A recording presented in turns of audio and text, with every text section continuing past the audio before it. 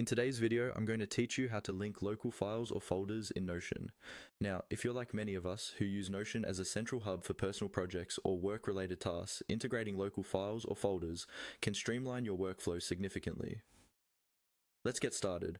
First, you want to open up Notion on your computer. If you're not familiar with Notion, it's a versatile tool that functions as a digital workspace, combining note-taking, task management, databases, and so much more. Once you have Notion open, you will navigate to the page where you'd like to place your link. If you don't have a specific page in mind, you can always create a new one just for this purpose. Next, over on your Notion page, you'll see various options to customize and add content. Look for the Add Property button. Clicking on this allows us to insert new elements into our page, and here we're aiming to add a URL property. This step is crucial because it's going to house the link to your local file or folder. You can choose from several property types, but for our purposes today, we'll select URL. This setting prepares the page to accept an external link.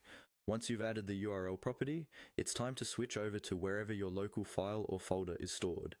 Many users rely on cloud services such as Google Drive for easy access and backup of important files, so let's assume your file is on Google Drive. Open up your drive, navigate to the folder or file you want to link to, and copy the link. Make sure your permission settings on the file or folder are appropriately set, especially if you're going to share this Notion page with others. After copying the link from your drive, head back to your Notion page. You're going to paste this copied link into the URL property you created earlier. As you paste the link, you should see it appear in the URL field, and just like that, your local file or folder is linked within your Notion page. And there you have it. You've successfully linked a local file or folder in Notion. This method is excellent for accessing your documents quickly while working within Notion, keeping all your necessary resources just a click away.